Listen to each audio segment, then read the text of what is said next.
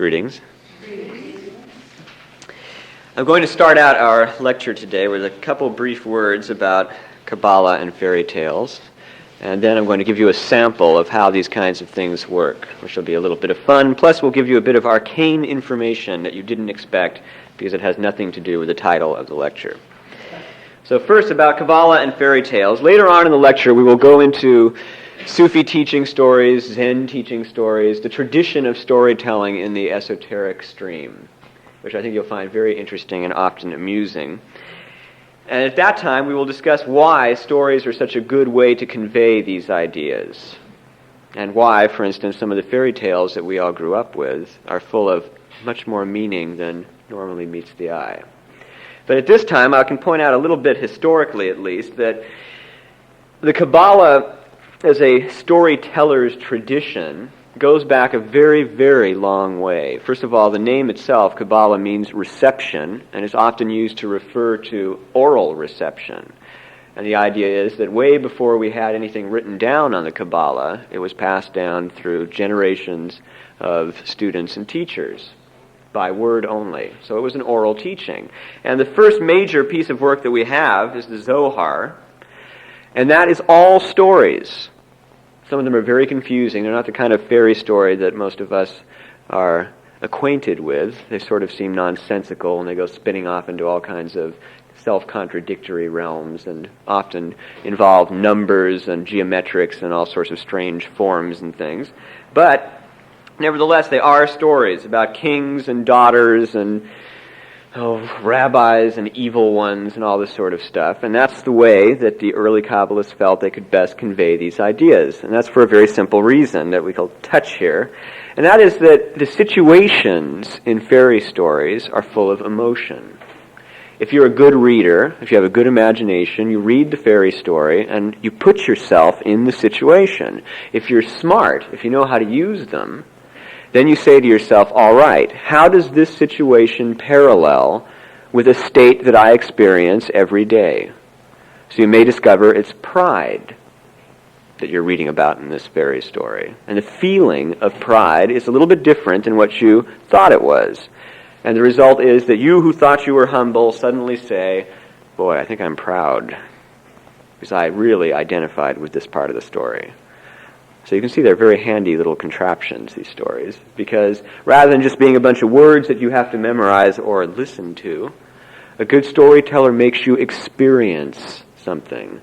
And the really great fairy stories, of which there are very few, will take you up these levels, almost as though you're traveling up the chakras, and leave you sitting in God's lap, all nice and happy and glowing, and it's quite a wonderful experience that you normally don't get out of more philosophical writings unless you are very much prone toward puzzles. Many of us are, so that works nicely. Now, an example of how these things work. There's something going on in the heavens right now that will be going on for about 3 or 4 weeks that I think you should know about. And there's a couple of ways that I can tell you about it. So I'll start out by telling it to you straightforward, intellectually, and then I will tell you in a story. And I think you will see that the story tells you a lot more than the straightforward or so-called straightforward method. What I have to tell you about is that starting a couple of days ago, you may have started to feel a bit tired, or just a sense of weight around you. Things just aren't going as zippily as they were before. And if you are not yet feeling it, you probably will be in the next couple of days, not by suggestion, but because I'm watching these people, according to their birth dates and such, slowly come under this influence. It's going to be around, as I said, for about a month, and it's called Saturn conjunct the Sun in Scorpio, up in the heavens. If you were born late in November or early December, congratulations, you're going to have a tough birthday, because you've got Saturn sitting right on top of your Sun. Better tomorrow than 2 weeks from now. So you can think of it that way. It's still going to be a little bit rough, though. Now, this is, if we look into our astrology, Scorpio, 8th house, matters having to do with transcendence, matters having to do with also such weighty subjects as death and sexuality. And Saturn casts its little shadow on all of that stuff for the next month. And so there's this feeling of lack of vitality. So it's nice to know about, at least, if you've been wondering what it has been, and to realize that you can overcome astrological energies by recognizing them and simply balancing yourself. If you balance yourself, then they don't affect you. Think of the other side, the bright and full of life side. And if all else fails, use the aspect in its positive sense. So Sun conjunct Saturn. Well, it means work on discipline. Now that can either mean that you work on getting discipline, if you're like me and you're a bit flaky, or you work on being less disciplined if you're too disciplined. But the idea is this is a good time to get yourself moored on the earth nicely. That's what you're being told. After that, Saturn will move, and of course the Sun will move into Sagittarius, and actually by January there's going to be quite a little burst of energy that might be very dramatic. All over, not just personally. Now I'll tell you a story. This story is by a Kabbalist by the name of Rabbi Nachman. So the characters in it are a Jew and a German. Before telling it, I want to point out that for a Jew, read anything you want. Any ethnic group is fine. Your own is probably the best to identify. And for a German, read anybody from any other ethnic group. It just happens that this particular story comes from that tradition. And so don't listen to the specifics of it, but listen to the dynamic of the relationship between these two people. If you have had any contact with Judaism, then you perhaps have heard of the holiday of Passover, which is the celebration in part of the exodus of the Hebrews out of Egypt, and has a rather complex, not really, but let's say a complex food ritual called the Seder, in which certain foods are eaten that are symbolic of certain experiences of the Exodus. So when I refer to Seder, you know what I'm talking about now. What we have is two hobos, Jewish and German, beggars. And they decide that they're going to join forces as beggars. They can watch out for each other and they can protect each other somewhat, and they become quite friendly. And as Passover rolls around, the Jewish beggar looks at his German friend and thinks, this food, it's getting cold, food's getting harder to get. And if Passover, with that coming, if he only knew about the Seder and said he was Jewish, he'd get a free meal because somebody would invite him to the Seder. So he tells his German friend about it, and his German friend sounds great. I'd love to learn about the Seder and have a free meal. So the Jewish fellow sits down and tells him and drills him and gets him all memorized in what's going to happen at the Seder so he can pretend he's Jewish. Picks out a house, sends him over there, tells him, introduce yourself as a wandering Jewish traveler who has nowhere to celebrate his Seder and this and that. However, he forgot to include a part of the Seder that includes a bitter herb. And that happens to be the last part in this particular Seder before the feast is served.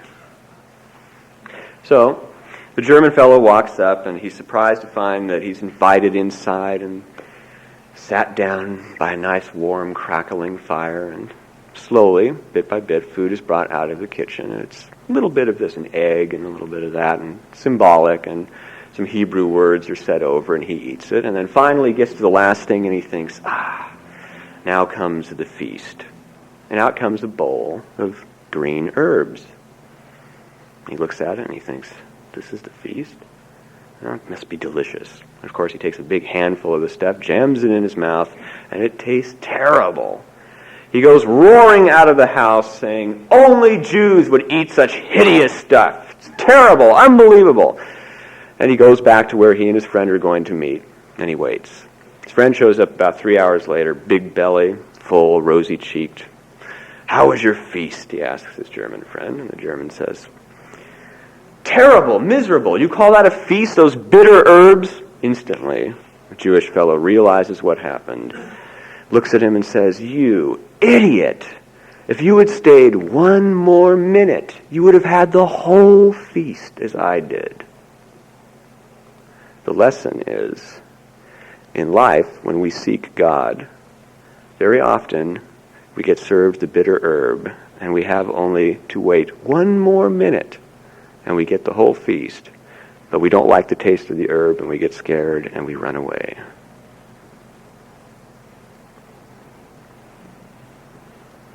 So, read Saturn conjunct Sun for the bitter herb, and you've got all the meaning you need. Now that may ring in your memory in a way that Saturn conjunct the Sun wouldn't. That's why teaching stories, or any kind of story actually, is so incredibly effective. Now, why that is, all kinds of theories about that. That particular story, by the way, is about, if my memory is good on this, and I'm not sure it is, it's about 500 years old. It's maintained that much power in 500 years. It's pretty amazing.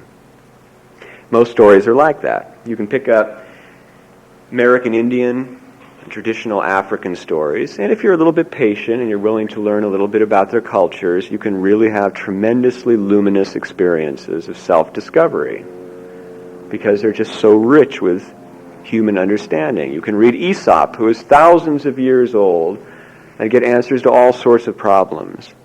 And if you wish that you understood Christianity, but can't, because Christianity in the form that it exists is heinous to you, and I know a number of people like this. They can't even hear the word Christ, even though they'd love to be able to relate to it, because the church has put such a bunch of grit in their mouth about it. Read Hans Christian Andersen, because his fairy tales will tell you all you need to know about humility and love and appreciation and all the truly Christian virtues. We'll also, by the way, show you the other side in a very comical, warm manner.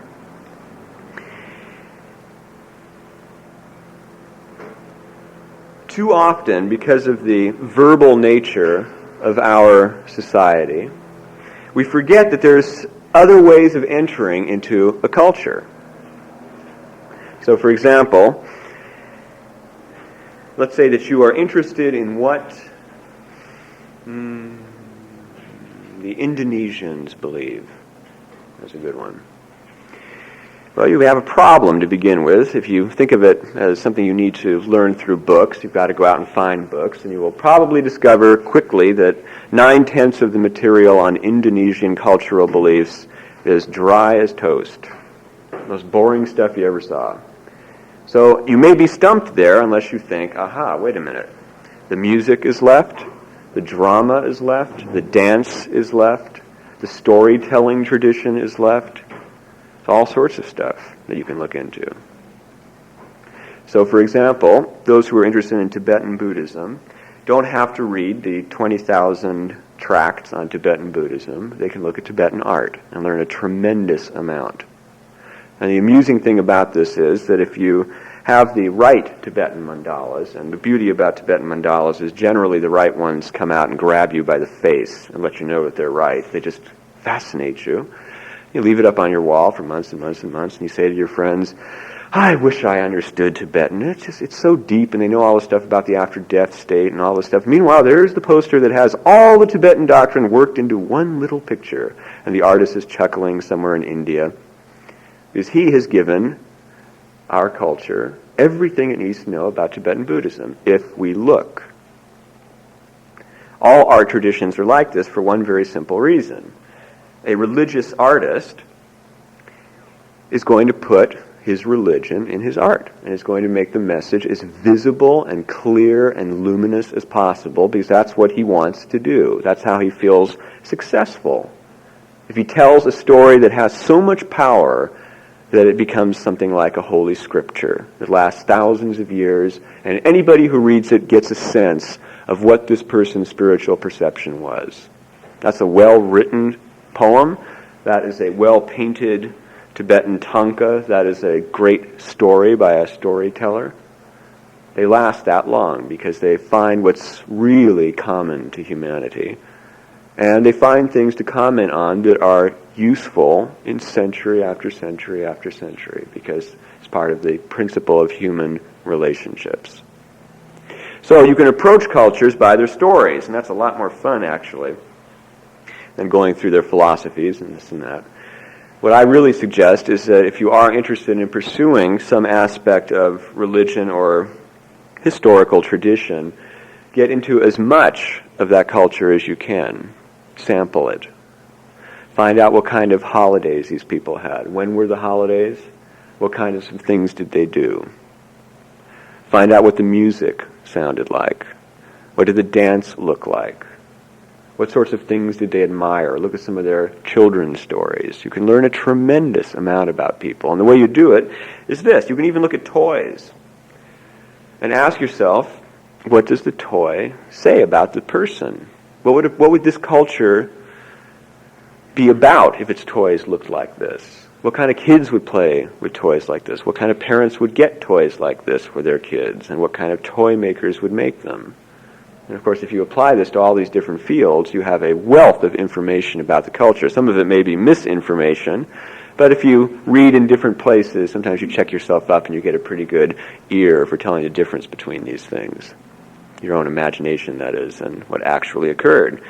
And I will only mention in briefly passing what the toys of our culture say about us.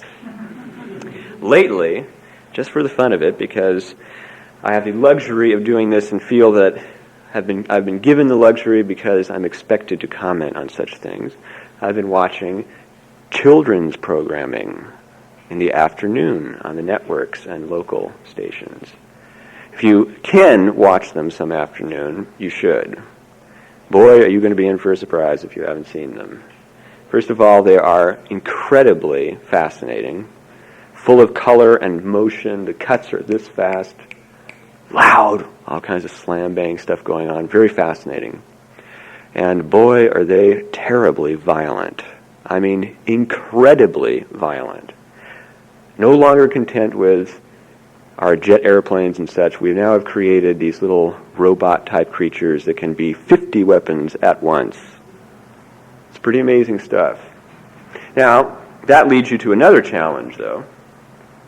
Because you start to think about that and you think, oh, boy, that could be a bad sign for the future, all this violence and that sort of thing. I actually pointed it out to you because I wanted you to wonder what an archaeologist 3,000 years from now, if he finds this stuff, is going to think about our culture. It's most humorous.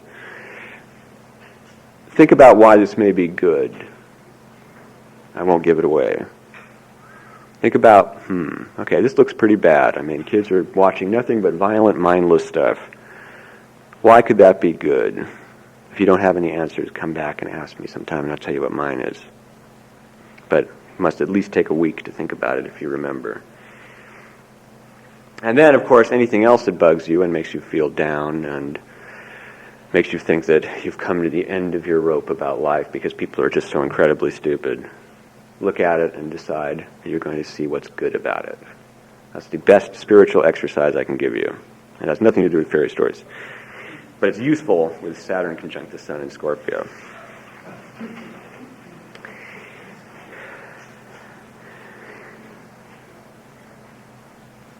Fiction versus nonfiction in the spiritual tradition is an old controversy.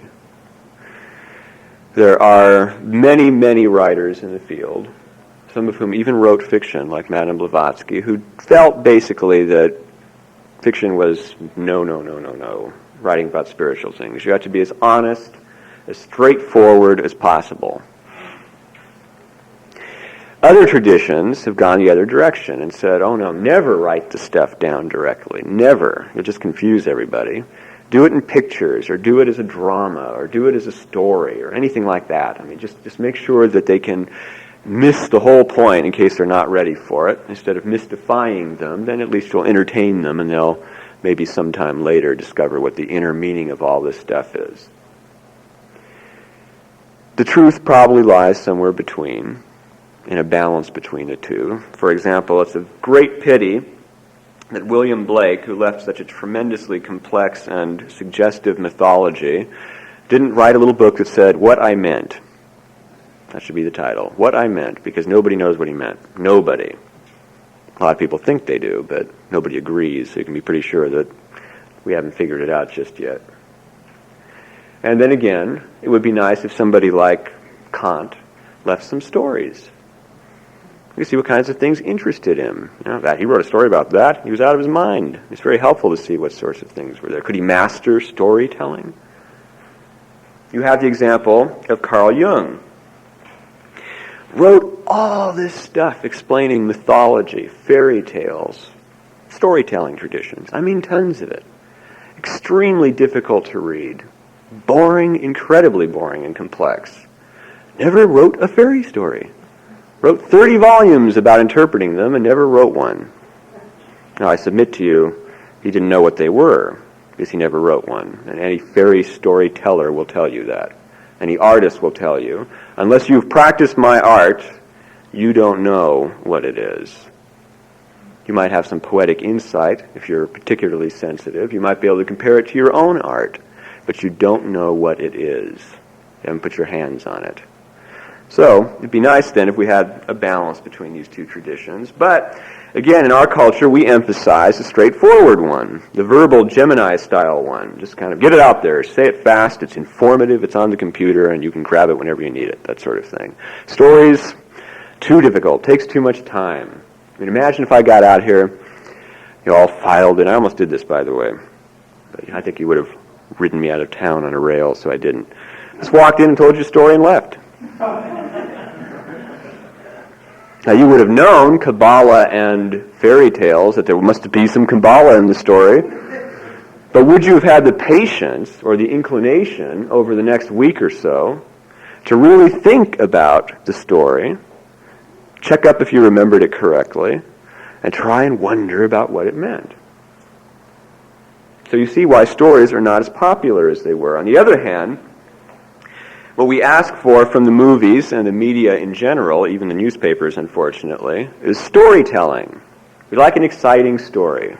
If you have read, for example, any of the articles having to do with violent crimes that are constantly being run in all the local newspapers, you will note that in the beginning, they give you the crime. Let you know they've got something there. They don't give you the details. Then they throw in some boring stuff about, this is where we got the information. And then they give you the vivid, unnecessary detail of the crime. That's good storytelling. They know how to put the stuff together. Put a few little interesting appendix facts at the end, that sort of thing. And of course, in movies, we especially see this because there are really two kinds of extremely successful movies. And you could argue, in fact, that they're one kind. I'll say two for the beginning of this.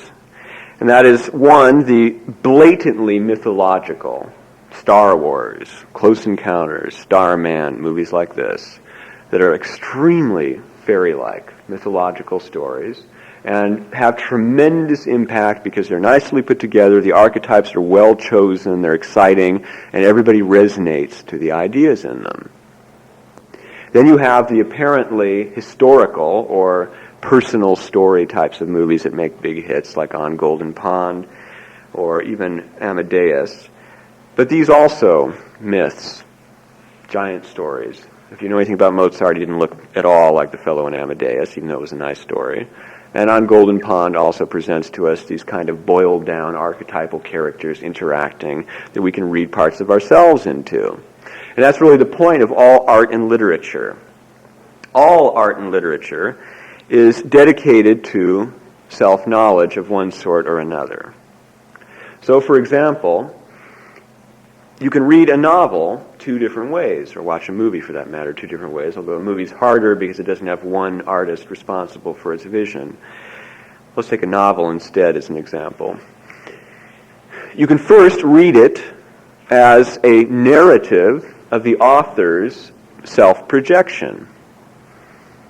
So, for example, the great book Dune, that has made tremendous inroads in science fiction, has some very amusing things to say about Frank Herbert when you get a little bit later into the series and discover that the lead character is a giant emperor worm who rules the universe and this sort of stuff. And if you don't get it yet, I'll leave it right there with Emperor Worm. And it's a kind of amusing vision of who Frank Herbert is. On the other hand, you can also look at the plot in terms of how this person sees society. A lot of novels, for example, that are being published today that are successful have a vision of a rebel who breaks down the existing kind of corporate order and sets up a new, freer kind of culture. So you have a lot of that going on by people who have no interest in the New Age at all, but they just feel these things and present them through their stories. And then the other way that you can read it, of course, is as a experimentation in self-discovery. You read the book, see who you identify with, see what emotions and parts and situations leap out at you, and ask yourself, why? Why does this part attract me so strongly? What's the message in it for me? What am I seeing about myself? Or why do I despise that character? Must be something about me or somebody I know or something like that that's applying here. So in that sense, fiction, you see, even when it's not intended to be spiritually enlightening, can be very enlightening. Can really help you understand yourself. Films, all that sort of stuff, if you again see why you respond to certain things. Sometimes you get an artist who knows that they're doing this. And these fellows and women usually become the giants in their fields, or at least they become widely celebrated by a core of aficionados for the simple reason that they put in little hints about it. They let you know if they're taking you for a ride, and at the key point, they throw in something that says, yes, I know I'm doing this. And if you're smart enough, you catch it, and you're blown away, and you think, God, what a great genius. I mean, they knew, that sort of thing. Very seldomly comes up, but occasionally. Shakespeare was very good at that, by the way.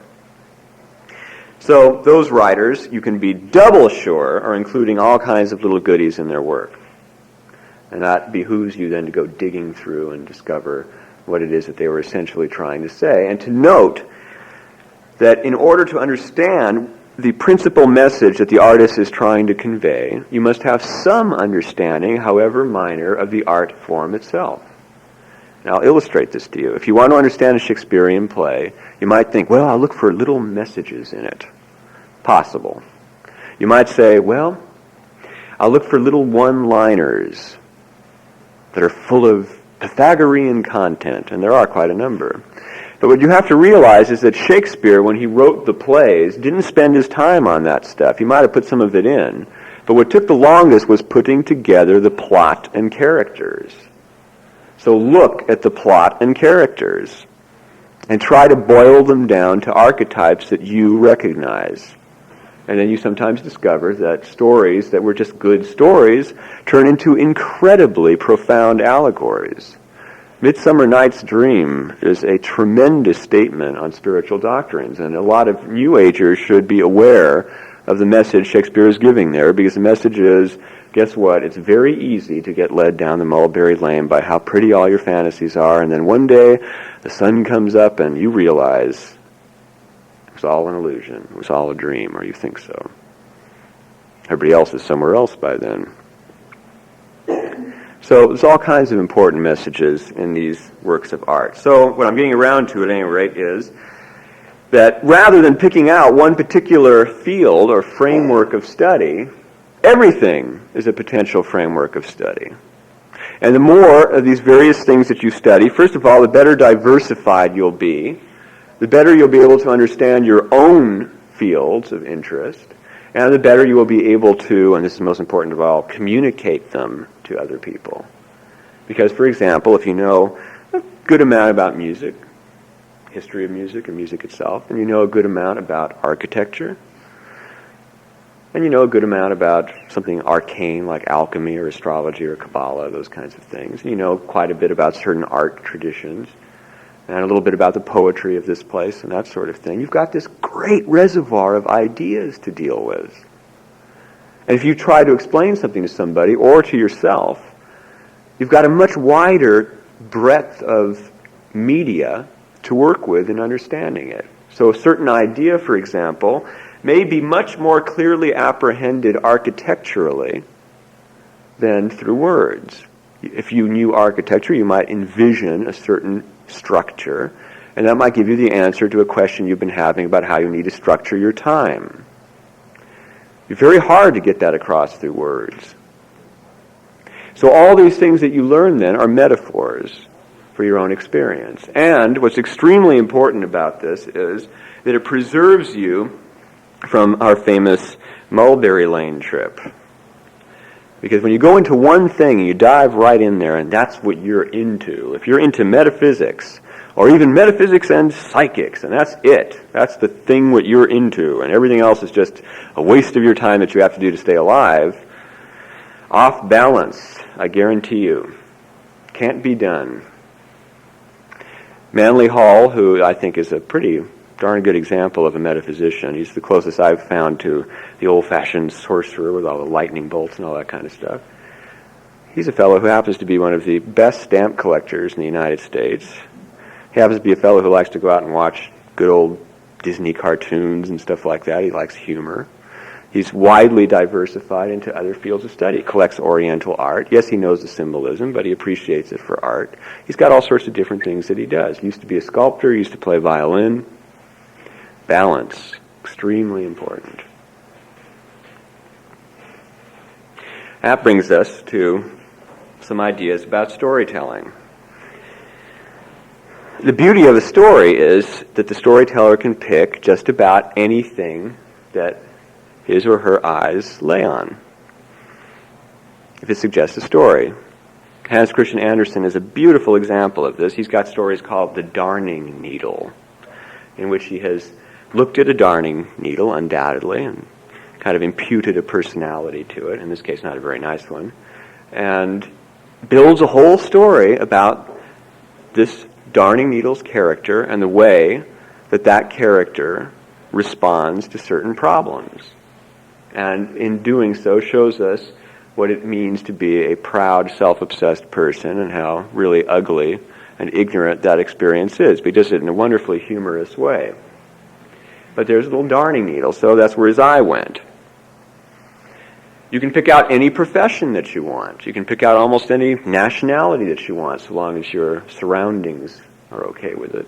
And in fact, one of the beauties of the storytelling tradition is that stories, some very famous ones, pop up all over the place. So for example, we don't know whether they come from Persia, China, Europe, or even the American Indians, because everybody's got them so far back they disappear into the mist of time. Chances are that storytellers simply learn to communicate with one another, hear a good story. Maybe a sailor goes off to some far-off land and comes back with some stories, tells the storyteller. The storyteller just changed names and places into something that's local, tells the story himself. Good story is easily recognizable. And so the beauty of them are that they are extremely flexible. You can pick up a story from another culture and figure out a way to say it in English. And when the movies figure this out, and television figures it out, it's going to be pretty wonderful because they're going to have an incredible backlog of material.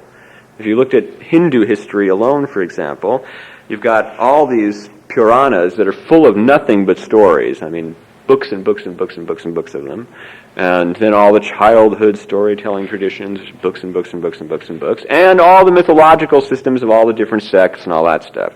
Just on and on and on and on. Great stories. Of which I will now give you an example. This one I've told before, but I hope you'll enjoy it if you have heard it. This is a story of a Hindu yogi who practiced great devotions. So great, in fact, that the gods looked down and they said, you know, this yogi should be granted anything that he wants. Anything at all. His. Well, one of the gods went down there, Vishnu, appeared before the yogi, who was just in awe, he had tears in his eyes and all this, and said, "Name your wish, it is granted."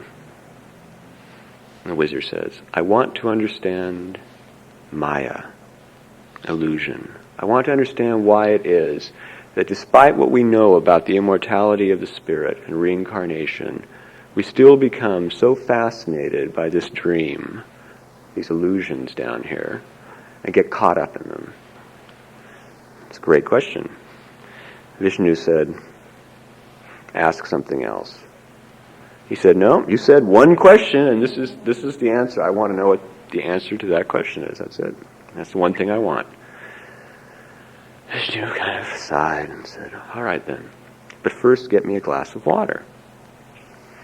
He pointed, they were on a desert, and he pointed over a hill. There could be seen roofs a little bit in the distance. So the yogi went hiking up over the hillside. He was excited and happy, and he was just about to hear the answer to the greatest mystery of the world. Why are we here, in a sense? And he saw the first house. There were some sheep and goats and stuff outside it.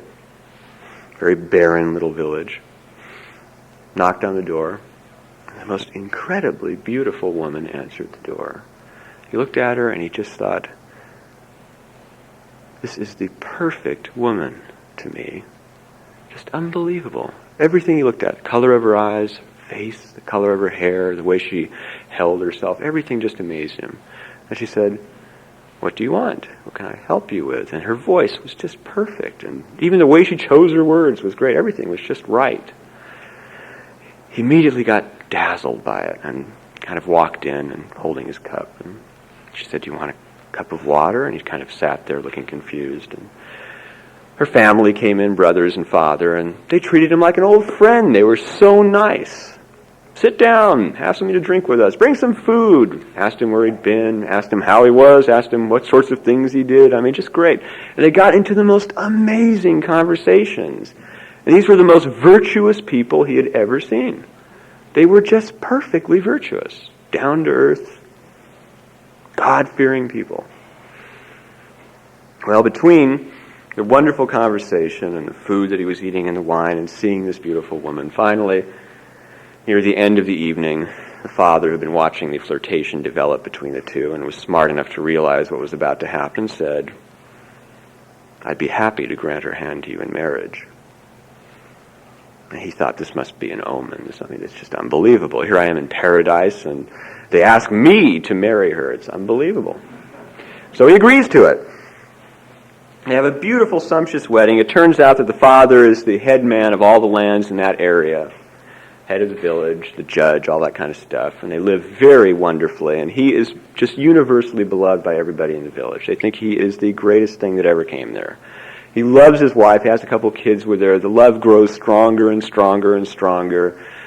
Everything is absolutely delightful. The father dies, he takes over. He's so beloved that the brothers say to him, you should be head man of the village, you take over. And he becomes leader, and he's got kids growing up who are smart and strong and virtuous, and everybody loves him, and the crops and the animal stocks are multiplying and multiplying and multiplying, and it's just all tremendously wonderful. And one day, he's sitting at home with his wife, and the kids are playing, and he's talking to his brother-in-law, and thunder starts to rumble. But it's louder than any thunder that he's ever heard before. And he pales at the sound of it. The children start to cry, and the animals are screaming. And there's even louder thunder. And then all of a sudden, torrential rain. Just like that, no warning. He runs out of the front door. Already, there's streams of water beginning to sweep down the street. He realizes that the river's going to swell over like that. He's got to get the kids and the wife out of the house. He grabs his wife under his right arm, kids under his left arm, starts out into the water. But before he can get toward the high ground behind the village, the waters begin to rise and rise and rise until now he's struggling against a torrent of water that reaches all the way up to his neck. He's barely able to hold the kids up. He's walking along and he trips on a stone underfoot and he drops the children. And they're swept away in the flood and darkness. He holds on to his wife and he starts for the high ground and he falls again and he drops her. And she goes flowing away into the darkness. Tears in his eyes, hysterical, his heart pounding. He makes it up to the low ground just simply out of sheer instinct to survive. Crawls up, falls asleep on top of this small knoll. Wakes up at dawn. All he sees around him is water. As far as the eye can see, water. And just this tiny island that he's sitting on. And he bursts out wailing and puts his hands over his eyes.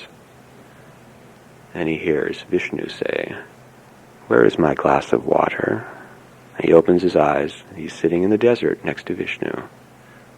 And Vishnu says, "That is the secret of Maya."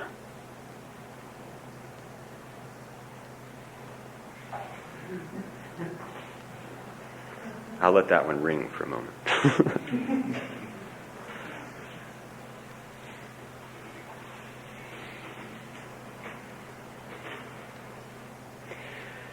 Now, I could have taken that same story and put it into other terms.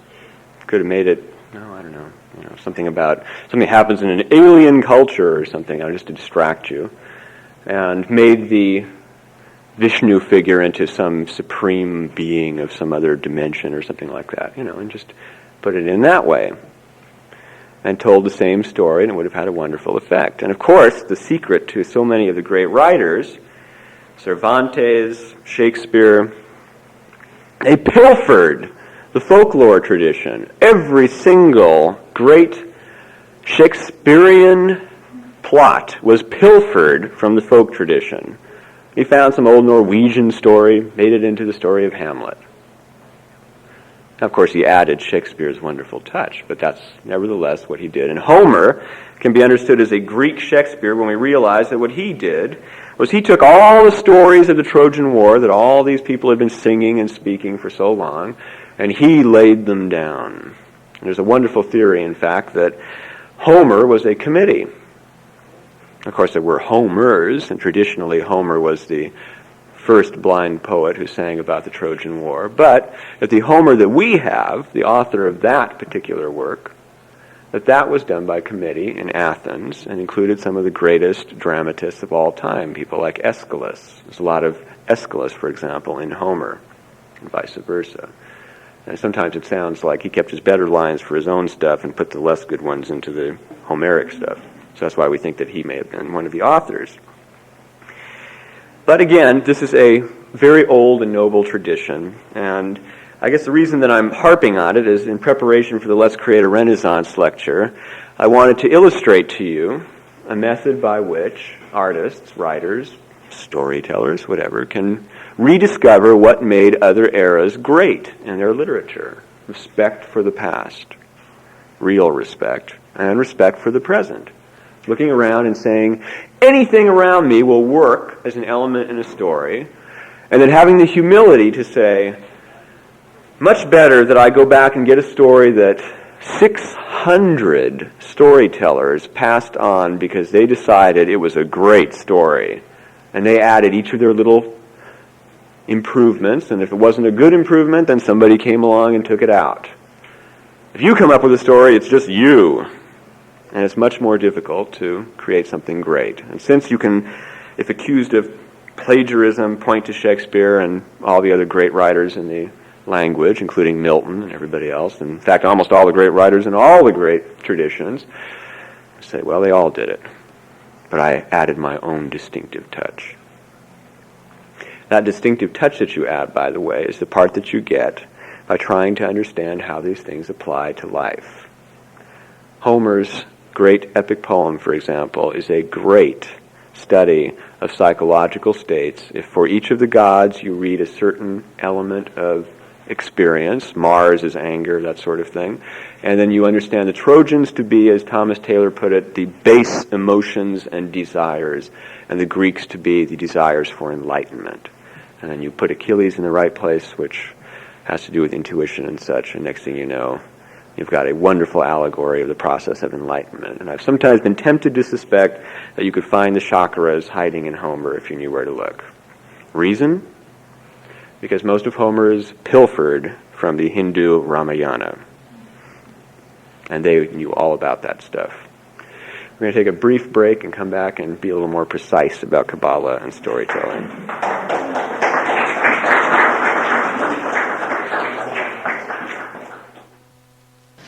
I chose this poem because there was a movie made in 1959 by the French in South America entitled Black Orpheus, and it was a folk interpretation of the myth of Orpheus. And since we were talking about myths and their reinterpretation, I became interested in South American guitar music a number of years ago, and have dug pretty deeply into it over the past few years, and that movie is still a symbol that rings very heavily to me. So I wrote a poem called Black Orpheus to show you I can pilfer as good as anybody else can. Whether I can write as good as anybody else can is another question, but I can pilfer beautifully. Black Orpheus. Snarling dogs, teeth bared, stand their ground amongst a crowd of almond-eyed singers at carnival. A mother screams at her son. Weaving through dancers to escape her scowl, he hides behind bales of straw, packed glassware on the wharf. His reason for running forgotten, eyes locked on the horizon, he dreams of journey. One man's desire pounds upon another's dullness. 1/4 of a century past, brown-skinned barefoot women gently sang their lovers' hearts, matching the early evening breeze that folded thin gauze dresses to eager curves of thigh and breast. Innocent, unaware of dark clouds that would soon cover all with stress, leaving these simple times as broken memory in an old man's toothless expression. The phone rings, but I don't answer. I know it will be another complaint out of control, a woman seeking solution to self-made frustration, or a man screaming from his cell of boredom. My patience exhausted, I offer high-pitched laughter into the face of nervous dissatisfaction. Insanity draws upon memory. Soft eyelashes brushing my cheeks, a lazy day spent in bed, timeless. Memory wears thin, a starving child's unnourished skin drawn tight around a bony cage. Love, once celebrated, now decrepit, decays, returning into a black pool of unpredicted resolve. One man's dullness pounds upon another's desire. Brown-skinned women, do you still remember your love song taught by an evening winds crossing the white beaches of Rio under the consenting gaze of winking stars?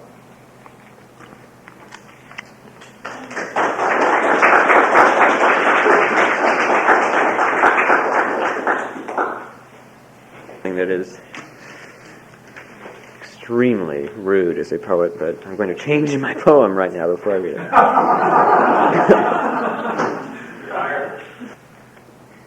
I like it much better this way.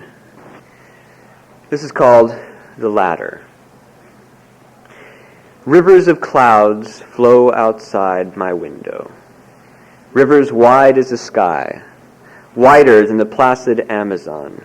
They thin to pointed tails and tap the horizon with red stings.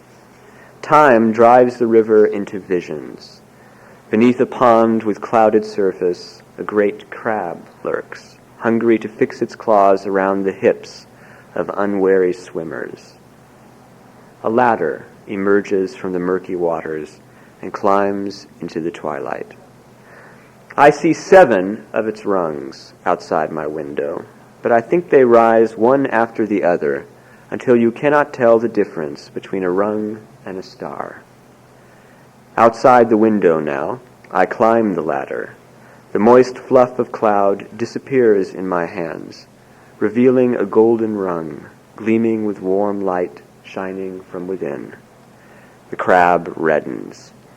His claws shrink to sticks, and half his shell breaks away. Despite his hunger, which his clacking claws sung into the weave of this uneasy day, I have not fed him. I have learned to watch carefully for that ladder. Its lowest rung is everywhere.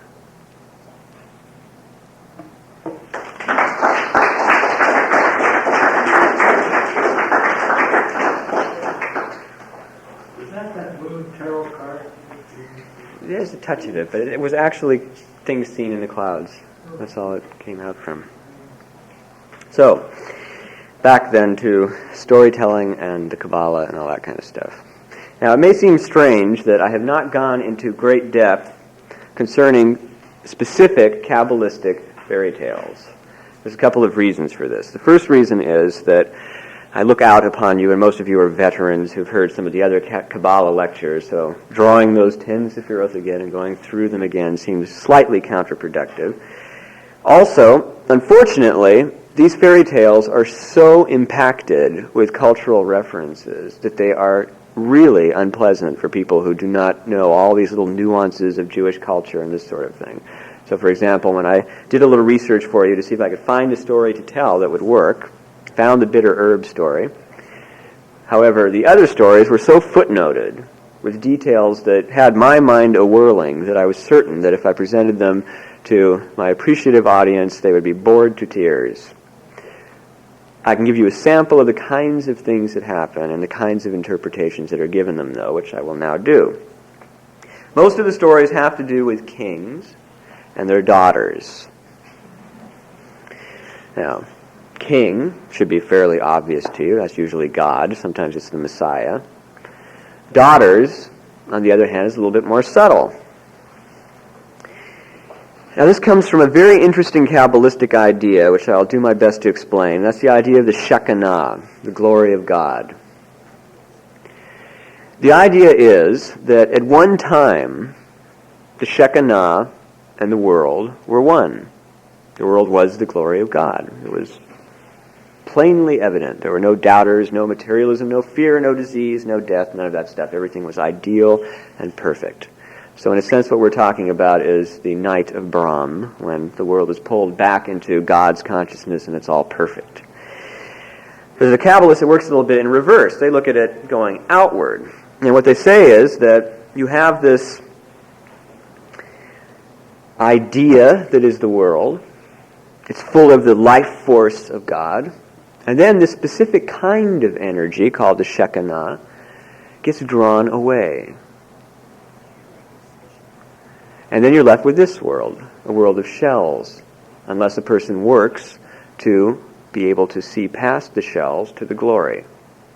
Now, an interesting sidelight here is that one of the arguments between Christian Kabbalists and Jewish Kabbalists, of which there are not many, is that they say, the Christians that is, that Jesus brought the Shekinah back into the world. He made it available to people.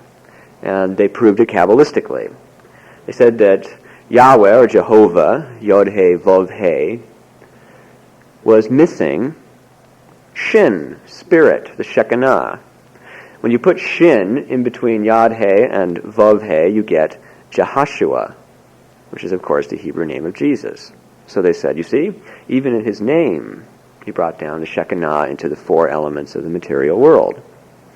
But whether that be the case or not, where the Shekinah has been here all along, we do have an experience of a world that is not the way our idealism would like it to be. There are great difficulties and great sorrows, and no matter how enlightened a person is, there are moments of great poignant, aching pain when we see certain kinds of experiences and feel them down to their depths. These kinds of experiences include death, they include separations, they include the process of aging at certain times, they include the discovery of our own inability to help someone that we care deeply about, these sorts of things. There are philosophical and spiritual responses to them that are very transmuting, that help us to really understand these situations. So, for example, if someone is dying, if we truly believe in the immortality of the soul and in life after death, and we have had perhaps some sort of experience, an out-of-the-body experience or contact with the Tibetan Bardo teachings or whatever you like, that leads us to not only believe but to know, then we remind ourselves immediately, aha, yes, true, they're not here right now, but they're still here. That energy lives, does not die. It's simply a kind of change in the warp of my universe, and they're no longer there directly, but their presence can be sensed, and on, this sort of thing. And this, I am not suggesting, is a comforting fairy tale. I'm suggesting that it is an apperception of truth, and that because most of us are so sleepy, so ignorant, really, we have to grab ourselves by the hair and remind ourselves about it. But nevertheless, usually before we do that, there's a moment of, and we feel that deep pain. And after we transmute it, if we're really gluttons for punishment, we ask ourselves, yeah, but wait a minute, that pain was really there. I felt it. So what is that pain? That pain is the lack of the Shekinah in this world. It's the lack of the glory of God. It's the pain of separation and ignorance, darkness. So, the idea is here that were God's presence fully here, the Shekinah, God's glory, then we would be as we are, but more beautiful, more creatures of light. We would be wiser and all-knowing and all sorts of stuff like that, all the things that frustrate us that we're not.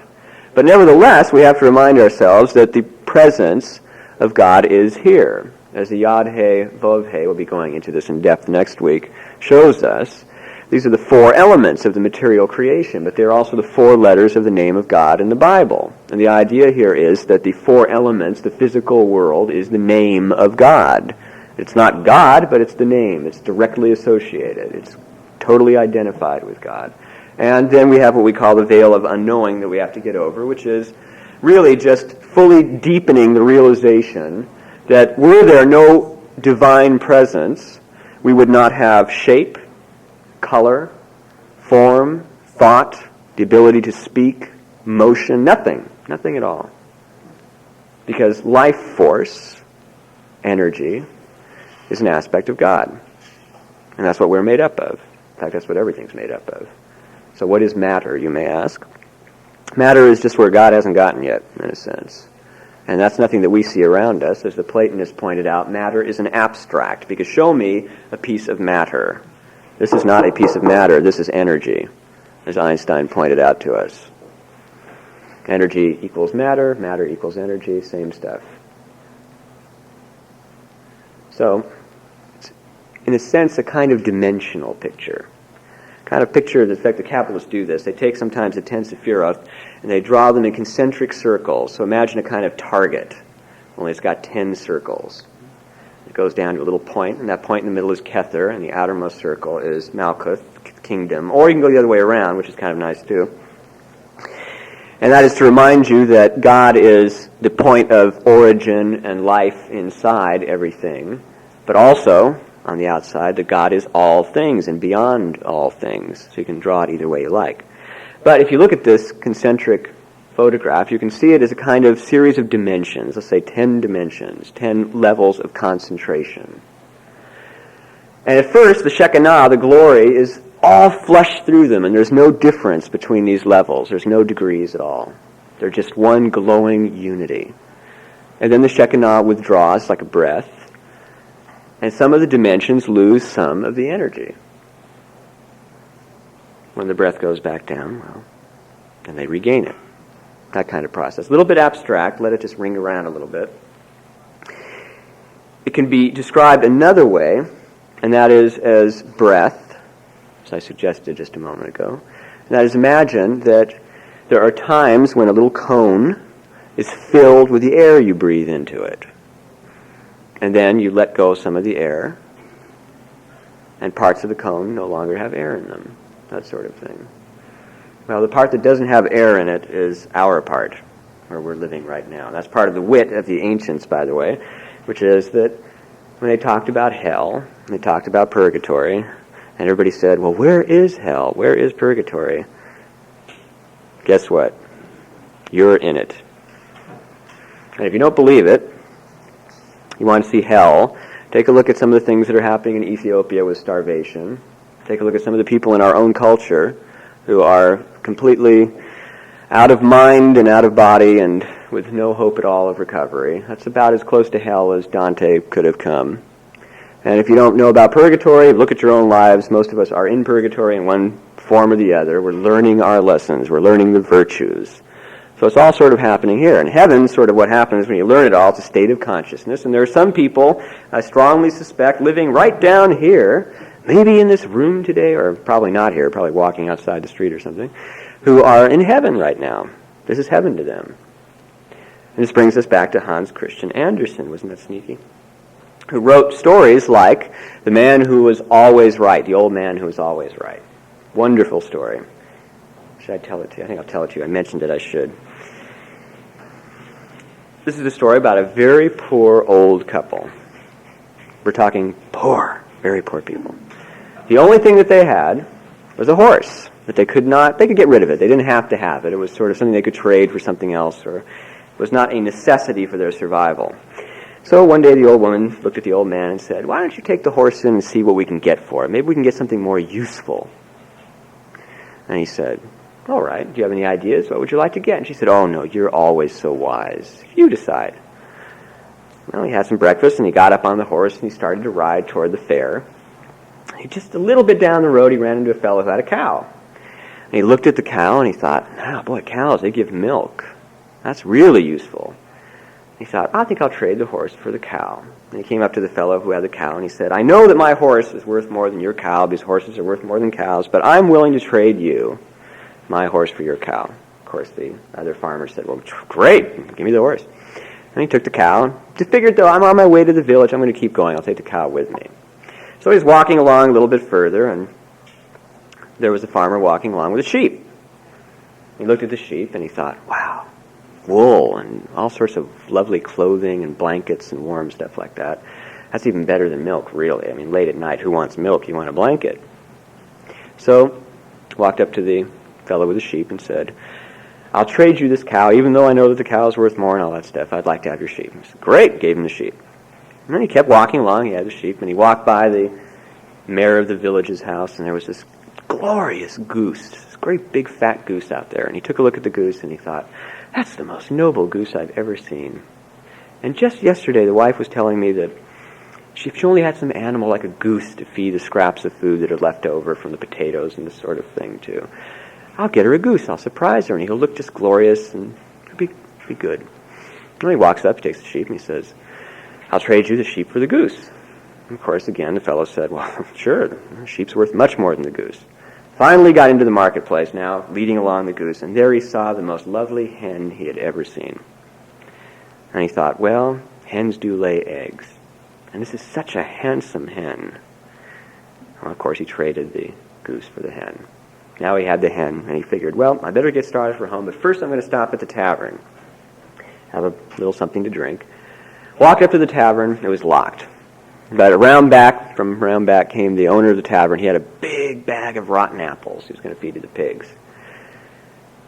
And our peasant looked at the bag of apples and said, wow, look at all those rotten apples. Just yesterday the wife was saying that we don't even have one rotten apple.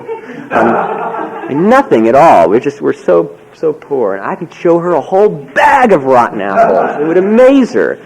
So he traded the hen for the bag of apples. Witnessing this, some wealthy travelers, thinking the man was an utter fool, walked up and asked him why he had done this. Why did he trade this beautiful hen for these rotten apples? And the peasant said, well, my wife said this and that, and they laughed. They thought it was just incredibly ignorant. And they said, boy, when you get home, your wife is going to chew your tail off for being so ignorant. And he said, oh, no. She'll say that I'm the wisest man that ever lived and that I did the right thing.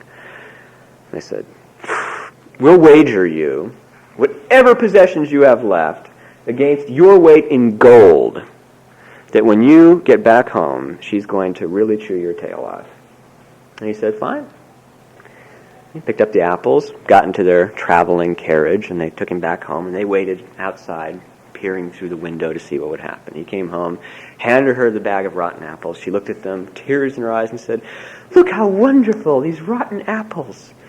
And he said, well, I did trade to get them. And she said, well, what did you trade? And he said, well, first I got a cow. And she said, a cow, how splendid. Then we could have milk. But I traded the cow. Yes, what did you trade it for? Well, I traded the cow for a sheep. A sheep, how splendid. Then we could have wool. How wise you are. Well, I traded the sheep. Well, what did you trade it for? A goose. A goose, how marvelous. Christmas dinner would be so glorious with a goose. That was so wise of you. He said, but I traded the goose. What did you trade it for? I traded it for the most handsome hen. A hen would lay eggs and would look so handsome out in the front yard. That was a very wise thing to do. He said, and then, of course, I got the rotten apples. And outside, the travelers waited with bated breath to hear her jump all over him. And she said, but that's the most wonderful of all, because just yesterday the neighbor was telling me when I asked her if I could borrow an onion, what? Would I lend you an onion? You don't even have a rotten apple. And now I can show her a whole bag of rotten apples. And then she kissed him with a great big grin. And the travelers outside gave the weight of gold and said it was worth it, because seeing such a splendid display of wisdom was worth any price of gold. Now, besides being a nice story, Thank you. That is a wonderful example of the kind of life that a person who lives in heaven has.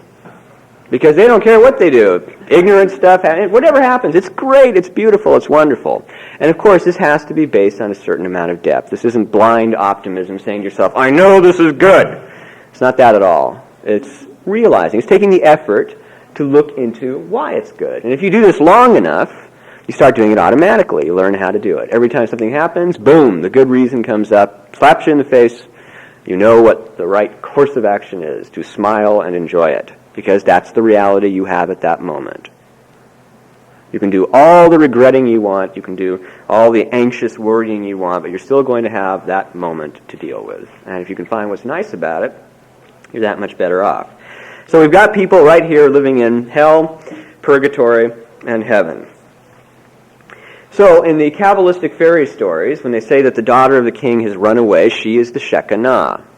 She is the spirit that has left this world and left it a hell or a purgatory. Left it a very difficult place for most people. And usually there's a young prince, fill in your name, who falls in love with the princess. But time after time, pirates and witches and all sorts of creatures get in the way and prevent the two from being together. The twist here is that in the Kabbalistic legends, it is not the young prince who's so wise and brave and gets them back together. It's the princess. It's the Shekinah. She becomes sometimes a swashbuckling pirate who conquers empires pretending that she's a man and all this stuff and gets tremendous power and goes back and makes the king who persecuted her and her love renounce his throne, takes over the throne, reveals that she's a woman, and then lifts him up to the kingship. The symbolism there is pretty obvious. The idea is that when you have grace, when the glory of God comes to you after you have fallen in love with the glory of God, in other words, it's the most important thing to you in whatever you do, then it works to redeem you. And it does all kinds of impossible things that you'd never expect. You think it's passive. Most people think, well, God, passive, in the background. No. Very active. Does incredible stuff. Those little coincidences and things that happen. And next thing you know, suddenly you realize that these actions all were leading to one place, and that place is the castle. And you go inside the castle, and there's the Shekinah, and then suddenly the enlightenment experience, oneness with God, and you are now king, co-regent. You've been crowned. And if you know what the crown is in the Kabbalah, it's the highest Sephiroth Kether, which is direct presence of God. And so, what a handy name to have. When you crown somebody, that means that they have realized the highest part of themselves, the thing that makes a human being royal, godly, realization of God. Now, one thing to point out here is that in general in the Kabbalah, it's not that the world is innately evil or godless or any of that stuff. The world is dandy. It's right where it was. It's full of Shekinah. And if you don't believe it, look out at a beautiful sunset some night. The problem is that we have fallen. The Shekinah has been removed from us, from our consciousness. And so as a result, this of course brings us to the Adam and Eve legend and all that. So having fallen out of paradise, it's not really that paradise is up here and we went tumbling down. The fall was a drop in degree of consciousness. The world no longer seemed beautiful and perfect to us. Now we have to work on it. And what is the esoteric tradition except a bunch of people telling you through time, screaming at the top of their lungs through any media they can possibly get their hands on, yes, it's real, it's perfect, it's wonderful, it's good. You just have to do these things to begin to see that. You have to have faith, and you've got to keep sticking to it, and that sort of stuff. That's all the esoteric tradition is. And, of course, all their little opinions about what the thing that worked for them was, or what the thing that worked for their uncle was, or their great-granduncle, or this sort of thing. The more direct, the better. So all of us, then, are trying to achieve the restoration of the Shekinah. We're all trying to become a Jesus, in a sense, or a person who is so full of the simplicity and goodness and love of godliness that they become a kind of exemplar to others. They kind of radiate it to others. All of us are at various stages of that path, and again, most of us in purgatory. Now, part of the process is, unlike Dante's Inferno, where the people in heaven laugh at the people in purgatory and hell, rather melancholy thought. They're all standing around the rim of heaven, pointing and roaring with laughter at the person burning for eternity. It's a strange idea, if you ask me. Here, we're sort of asked to do something a little different, and that is help the other guy down there. So, for instance, if you have people in a lower degree of purgatory than you, in other words, they're suffering more, you're in purgatory too, but nevertheless, you're at a little more fun place in purgatory than they are. You can help them get up there because you, chances are, have been down there. You can show them, well, just take these steps. This is how you get up. And that's sort of the service that all of us have to accomplish. If you're in heaven, well, then you do that all the time. You try to do that with everybody you know in every situation, all that sort of thing. And then if you are in hell, well, you kind of wait for somebody to do it. And sometimes it takes people from heaven to get people in hell to purgatory. But even if you're in purgatory and you know somebody in hell, then it's a good idea to do the best you can to try and get them into purgatory. The way that's done is very interesting. And we can figure it out by looking at the best exemplar of them all, God. Very seldom done. Or the world, if you like, as it expresses God. We, if we look into our own lives, discover that we're allowed to be as foolish as we want. Pretty much. I mean, if you get it in your mind that you are going to use a certain substance until you die, you can do it. Generally, the world will not stop you.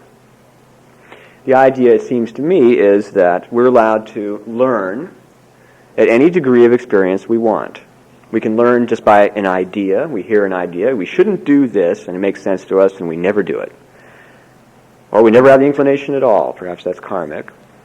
Or we can wait until we're on our deathbeds gasping out our last air, and finally we renounce in our minds, I won't do that again. Next time around, maybe.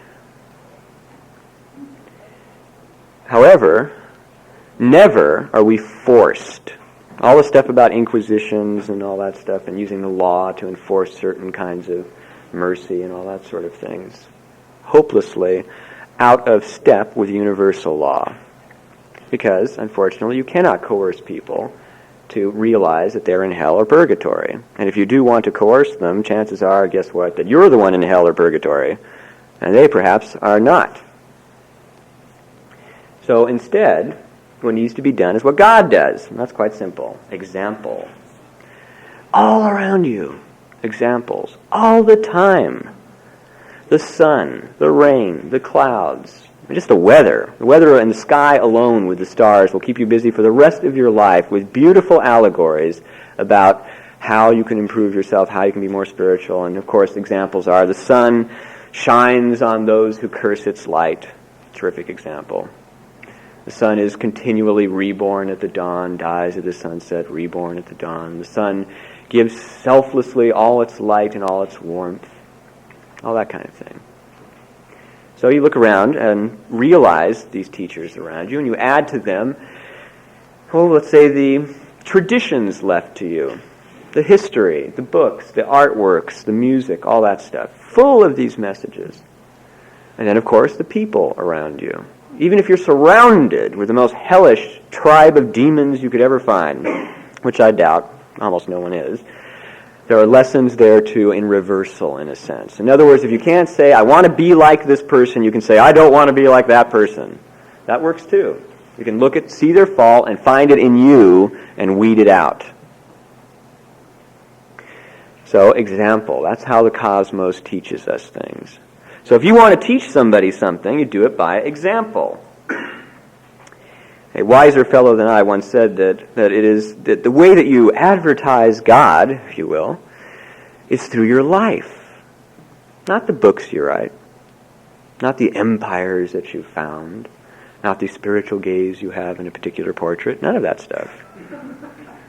The way that you do it is through your life. If people look at you and they look at your life and they think, that is one great life, how come? Eventually they'll walk up to you and somebody will ask you how come. Or a conversation will come up and you can finally reveal the thing that's been burning in your mouth for years for this particular person to hear. But they will be ready for it because they have asked you about it. They've brought up this point, something that relates to it, that connects to it.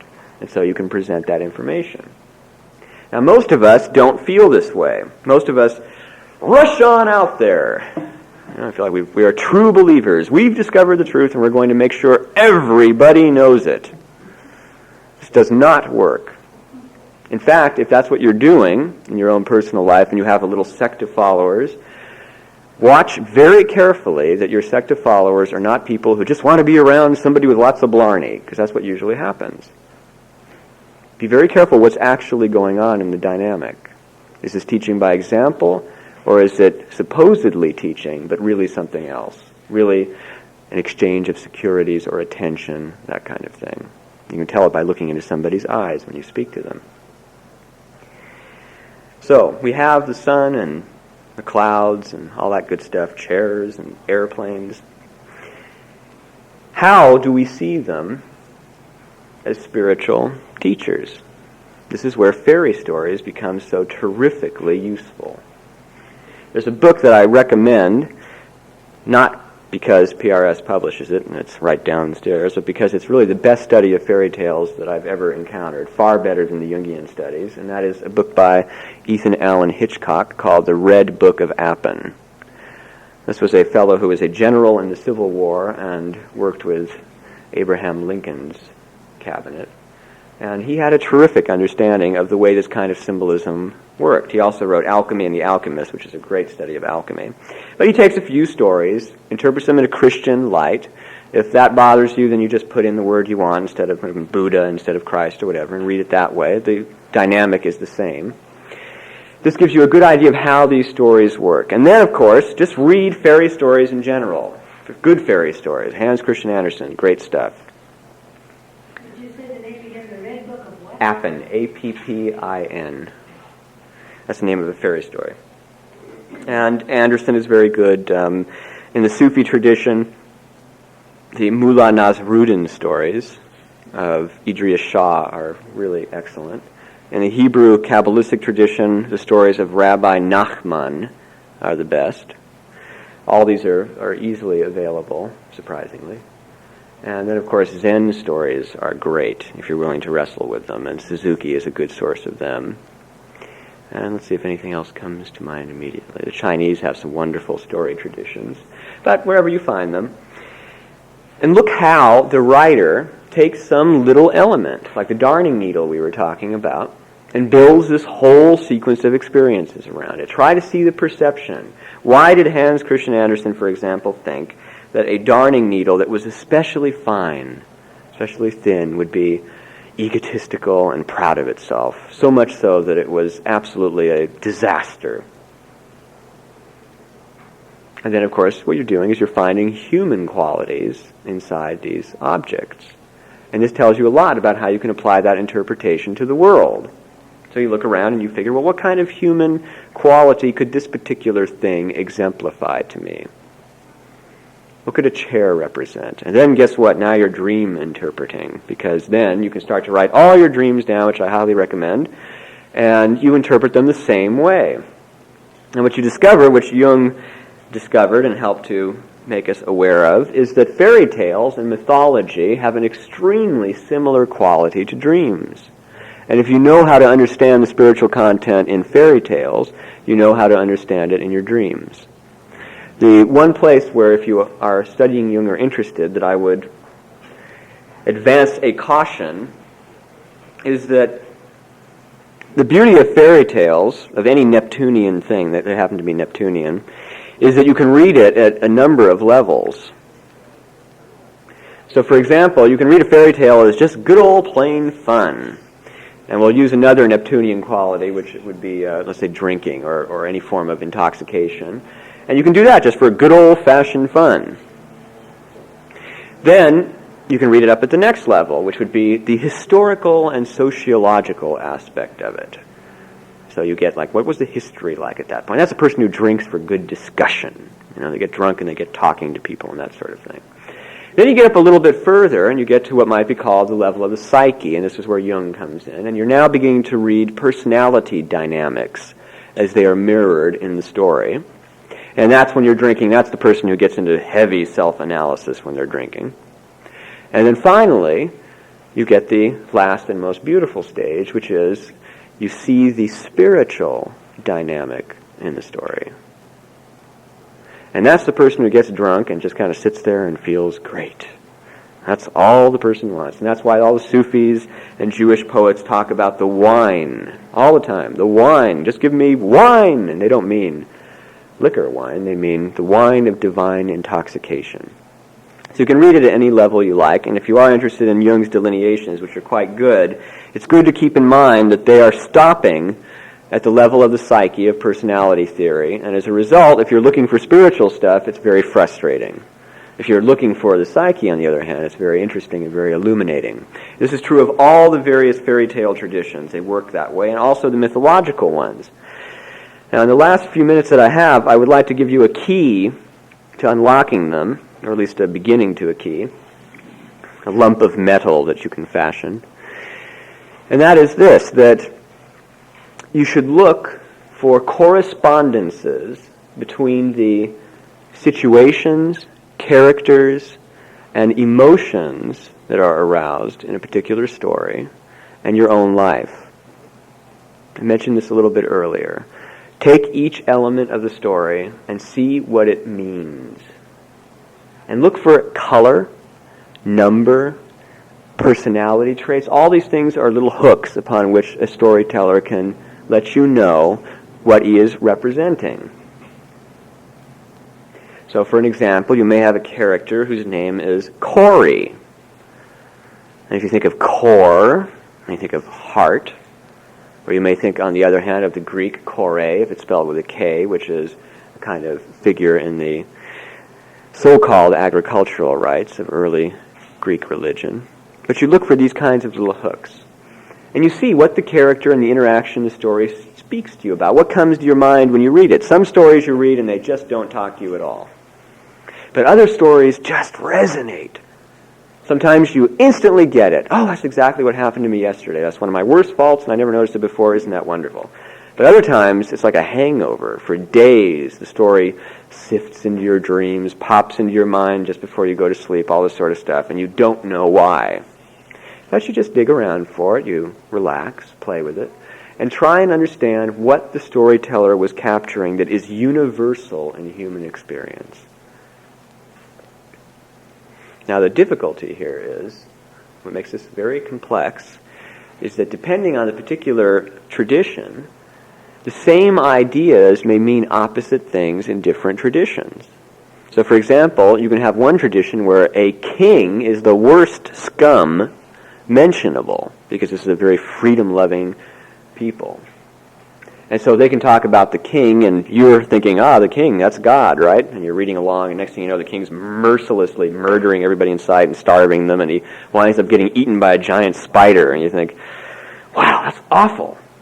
But what may be conveyed in that story is much simpler, that the evil doers who are proud and who boss other people around, in the end get eaten by time, because a spider weaves like time weaves, and that sort of thing. So there's another meaning entirely there. Other traditions love kings, and they have nothing but good kings, and then to really confuse you, some of them have both kind, and expect you to figure it out. In the same story, good kings and bad kings. But you see, the beauty of these approaches is that they are so universal. They are so rich with nuances of human experience. And that's where the real beauty of them becomes instrumental, becomes effective in our lives. They're not to be enjoyed simply as entertainment. The reason that they have lasted the way that they have, and we might say that Aesop, Andersen, Grimm's perhaps, these have a kind of aura about them that is very scriptural. There are people who think of the Bible as the Bible, but Aesop is something else. Aficionados of fables. There are people who think of Hans Christian Andersen much more like Jesus, and they think of Jesus. They just think of this lovely person, or Danny Kaye or something like that if they're into movies. And they think of this just simple, luminous vision of life. And in other words, a hint's being given to you. These things that last a long time, that really ring the side of your head and all that, they have a lot of spiritual energy invested in them. And great work, a work of genius, a truly inspirational work, a work that will last a long time, is work that is full of this spiritual energy, full of understanding. We might describe it as detailed vision concerning human life, orchestrated into an inspiring and useful expression. That's about as good as it gets. When you can do that, then you, as a communicator or artist, have done as much as you can to bring people nearer to God. As long as you remember that it's your life that has to talk, not your work. So all these fellows who go out and wrote 300 novels full of all sorts of spiritual stuff and were miserable wretches who wound up dying of opium addiction in some garret somewhere missed the point. They are invalid because their lives do not show us the way. On the other hand, you do have a couple authors here and there, very few of them unfortunately. I can mention Jalaluddin Rumi comes to mind right away in Persia, who lived incredibly wonderful lives. Wise, intelligent, full of friends, love, beautiful experiences, all kinds of people helped, all that stuff. A lot of adversity, yes, but all the adversity was dealt with elegantly, really well. Now those people, you look into their work, because they really know what they're talking about. They lived it. You give them special credence. And if you're an artist yourself, you keep them in mind, reminding yourself always that it's the life that counts and not the work. And as a final evidence of that, I will ask you to consider the most luminous figures in the history of arts or communication.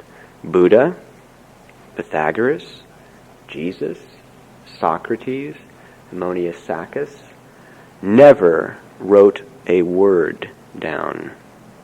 They lived it. And after they died, people came along and wrote it down. So to those people who we all consider to be the most wonderful exemplars, they didn't even think it was worthwhile to put pen to paper. They simply lived it. And the rest was for other people to do. So keep that in mind as an artist, and it will put you in the place you should be, which is a humble one. Next week, the four worlds, and we'll talk more about the Shekinah and all that, and why the four is such a recurrent phenomenon in the esoteric tradition. Thank you.